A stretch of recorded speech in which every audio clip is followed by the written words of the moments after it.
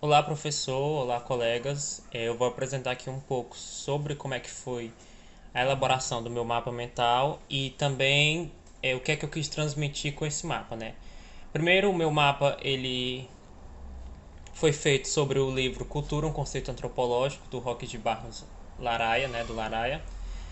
E aí, como é um livro todo, né? Eu preferi pegar apenas a primeira parte do livro para que não ficasse assim, faltando muita informação, porque obviamente o mapa mental é apenas um resumo, então eu achei que eu conseguiria resumir melhor se eu pegasse apenas a primeira parte.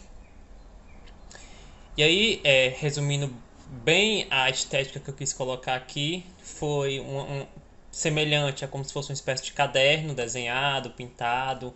Então eu procurei trazer bastante gravuras, esse tom aqui de pintura que se vocês podem ver aqui no vermelho, no azul, no verde. E aí eu coloquei as categorias principais com a cor mais forte, né? Aqui a natureza está com um verde mais escuro. E aí as subcategorias eu coloquei com um verdinho mais claro, o mesmo vale para o azul. E eu vou começar aqui apresentando para que eu não me alongue demais, né?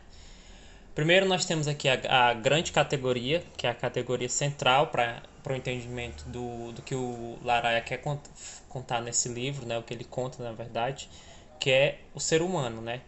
E aí nós temos aqui uma dualidade, né? O ser humano ele é mais natureza, que é o que tem aqui na esquerda, ou ele é mais cultura, o da direita, né? E aí é nessa dualidade que o Laraia vai trabalhar no seu livro, tentando explicar qual seria o fator que mais determinaria as características e os comportamentos humanos, né? Os fatores naturais ou os fatores culturais. E aí, começando pela natureza, nós temos, ao longo da história, foi muito comum dois tipos de determinismos que eram considerados como fatores importantes para entender como o ser humano se caracterizava, como ele iria criando toda a sua bagagem cultural, né? O primeiro é o determinismo biológico, que é esse aqui de baixo. O determinismo biológico, ele dizia que as diferenças dos seres humanos eram determinadas pela genética. Ou seja, os comportamentos e as características humanas eram uma questão genética, né? Já vinha de nascença.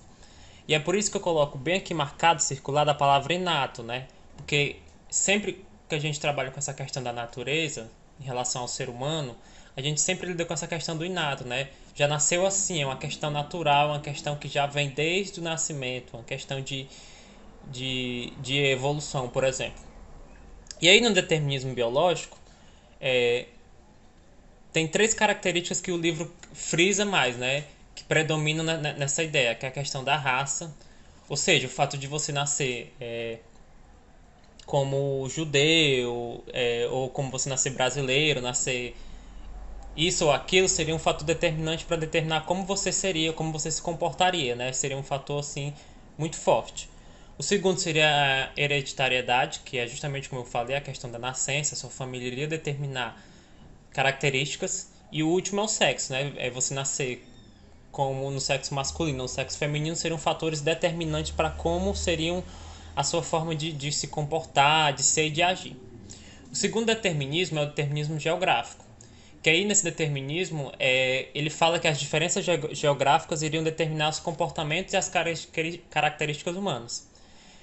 E aqui eu coloquei novamente três pontos principais do livro. O primeiro seria a questão da disposição de recursos, o segundo a fauna e a flora e o terceiro o clima. Resumidamente, aqui o que isso quer dizer é que o local onde você nasce iria determinar que tipo de características você teria. Por exemplo, pessoas que nascem em locais mais tropicais seriam mais preguiçosas, enfim, entre outros exemplos que existem aí de você acreditar que o local onde você nasce vai determinar o tipo de pessoa que você vai ser. Então, essas aqui seriam as teorias mais voltadas para a natureza, né, que determinariam o ser humano. E aí, novamente, como eu coloquei aqui como principal, a questão de ser algo inato. E do outro lado, nós temos outra vertente, que é a vertente cultural, né, que acredita que o ser humano é determinado predominantemente pela cultura, que é a vertente mais forte atualmente, que é a vertente defendida em grande parte pela antropologia, né? E aí eu coloquei aqui que o termo cultura ele foi criado pelo Edward Tylor, né? Tanto que tem aqui a setinha e tem aqui a palavra falando que foi criado por ele, né? E aí o Tylor ele cria o termo cultura mas ele cria sobre uma outra denominação do que nós costumamos defender atualmente na antropologia. Ele defendia nessa época, né, no século 19 e 20, a ideia do evolucionismo. Ele achava que a cultura predominava sobre para determinar as características, o comportamento e como o ser humano é, mas ele acreditava que a cultura era uma coisa uniforme, que todo mundo tendia a ter a mesma cultura. Seria um processo um processo de evolução. Alguns seriam mais evoluídos e outros menos evoluídos. E que todo mundo tenderia uma hora para chegar no processo mais evoluído, que seria a ideia de civilização. Sempre colocando a civilização europeia como ponto final, né? Como a parte mais evoluída do planeta, e o outro, os indígenas, outros povos como selvagens e bárbaros.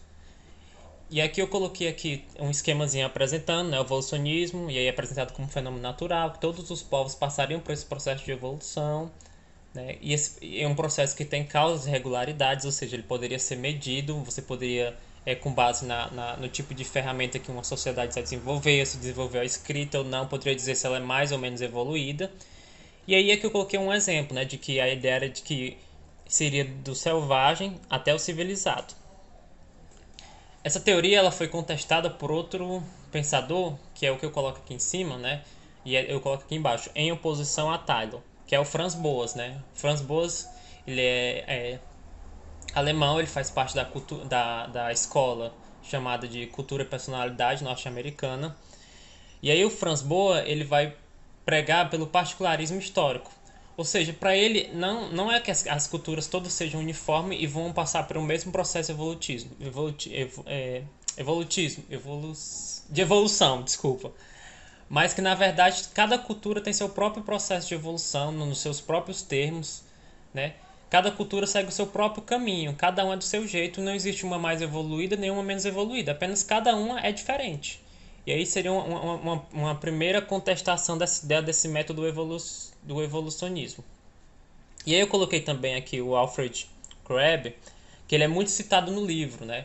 E aí ele vai ele vai cunhar, né, criar o termo do superorgânico, que seria um termo que vai falar que o ser humano ele consegue vencer a natureza, né? A partir do momento que o ser humano consegue desenvolver a questão da cultura, ele passa a ser maior que a natureza, ele consegue se desenvolver para além da natureza e controlar essa natureza.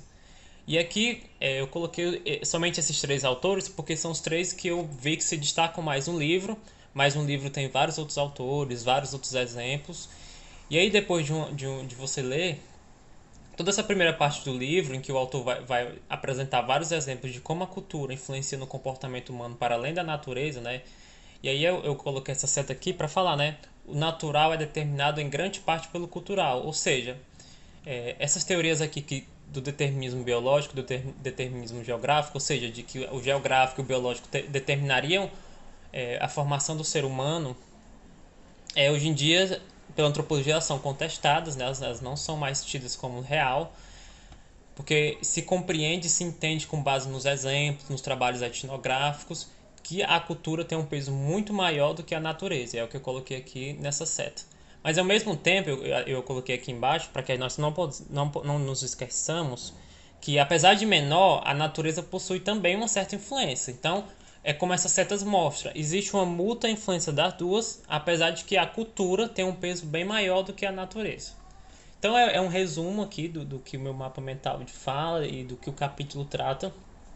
Claro que trata de muitas mais questões que eu não vou falar aqui, porque não é um seminário, é apenas uma apresentação do mapa mental. Mas é basicamente isso, eu não quero me estender mais, não, senão vai ficar muito longo. Obrigado.